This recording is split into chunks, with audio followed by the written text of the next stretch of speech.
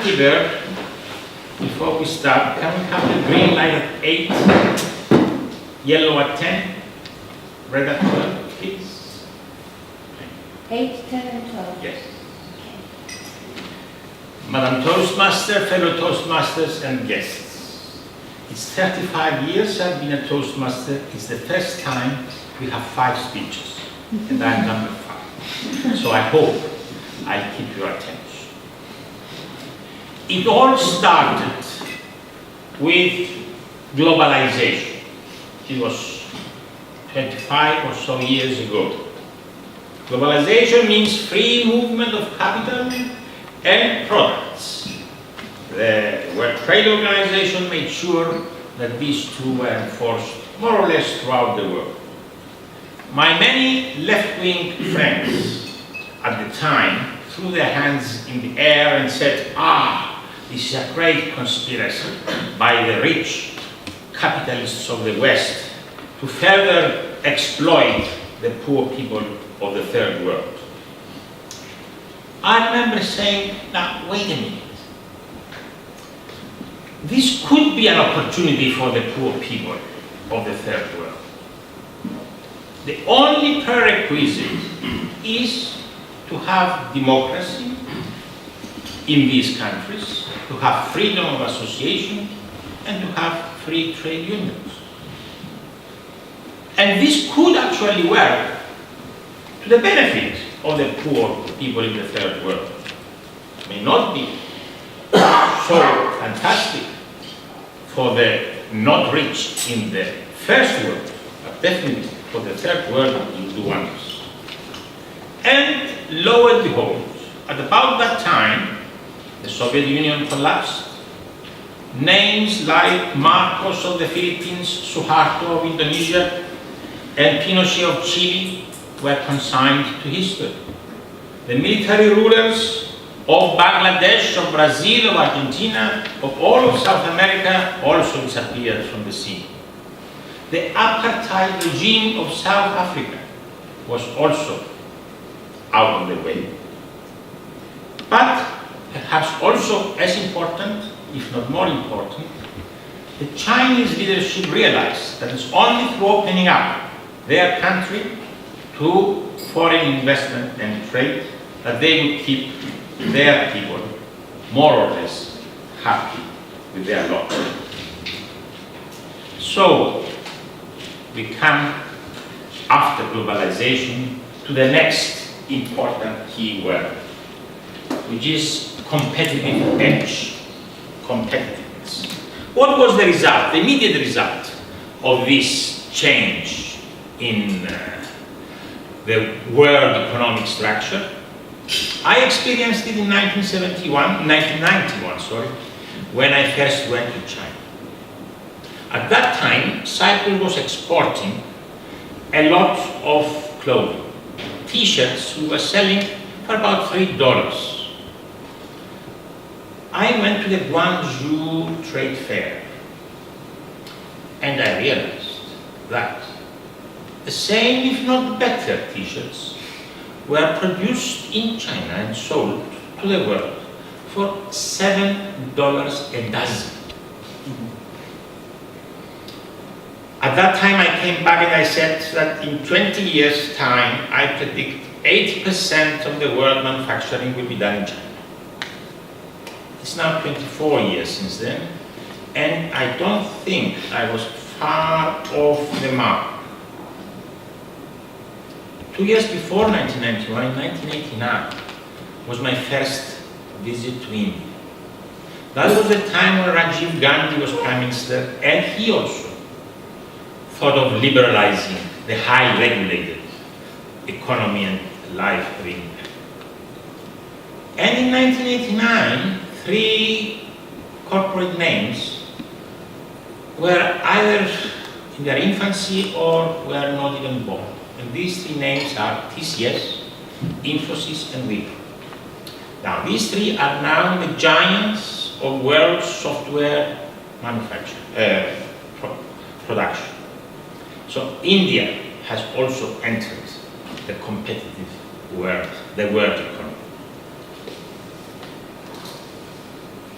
The next words I want to introduce to you is size and the middle class.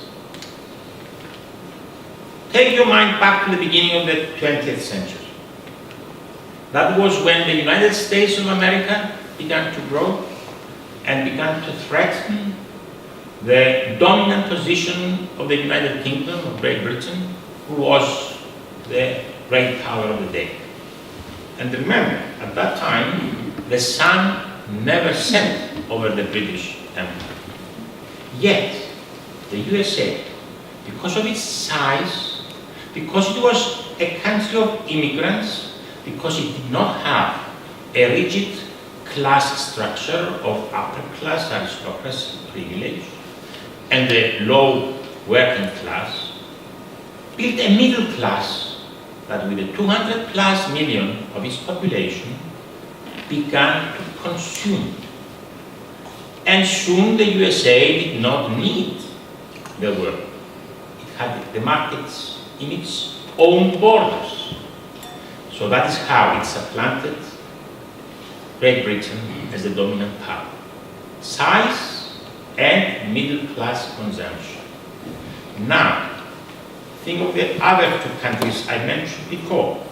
2.5 billion people live in China and India. And today, the middle class in these countries is by no means the majority. But in a few years, I guarantee that the majority of both Chinese and Indians will be middle class, they will be consumers, and then these countries will no longer be dependent on the West for the maintenance of the growth in their own economies. Let me also remind you of a saying that we've been used to for many years, referring to the USA and the rest of the world. The saying goes, when USA catches a cold, the rest of the world catches pneumonia. And it could also be the reverse. The world may have pneumonia, but the USA will only suffer cold. Now, think that Asia will no longer suffer if the rest of the world has pneumonia, but the rest of the world will suffer if Asia has a cold. That is the foundation of today's and of the future economic trends. Let's look at the West, USA and Europe. The USA are still the leaders in research and development and in innovation. I just have to mention a few names. Apple, Google, Microsoft, Amazon, eBay. All these are American corporations. And they are the leaders in their field of activity. But USA is also a leader in culture changes, in societal changes. Think of Starbucks, McDonald's, Burger King, Pizza Hut, Domino's Pizza, not to mention Coke and Pepsi.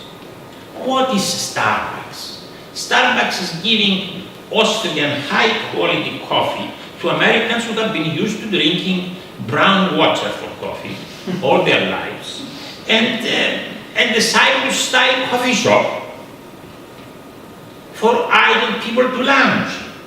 Now, why didn't Austria and why didn't Cyprus invent Starbucks? It was the USA who did. So the USA still has some life in it. Let's now look at Europe. When I say there's tough times ahead, I mean there's tough times ahead because we lost our competitive edge. We have no leadership position in any field of economic activity. So, let's look at them individually. The United Kingdom still has the City of London and financial services. There will be tourists visiting Buckingham Palace to see where the Queen lives. And there will be people from the rest of the world going to British schools and universities. The Eiffel Tower, the Colosseum, and the Parthenon will still attract tourism from all over. Chinese tourists have been to Nice, you may have heard recently, 10,000 of them from one company. All the hotels were full. Germany is still doing well, but for how long? Okay, quality commands premium at the moment. But the Asians are very good at copying, and they are even doing better than the original. Just remember, in 1950 and 60, Japanese products was near that. I won't buy a Japanese car, come on. Now, most of the cars going around are Japanese and Korean. So, what is the future for Europe? Unfortunately, we have to be grateful for the good years we had. We have to be grateful for being in a position of privilege and for having exploited the colonies we did through the centuries. And now is the time to stand still or even experience a relative decline in our standards of living. The good times are coming to an end. And the world is catching up with you. This is the stark reality. Now, you will say, what about Cyprus? What about Cyprus? It's a small economy. In theory, it should be doing easy. It's easy to find something to do well. In theory. In practice, we are doing everything wrong. The solution? Next year's free speech. Mother Toastmasters.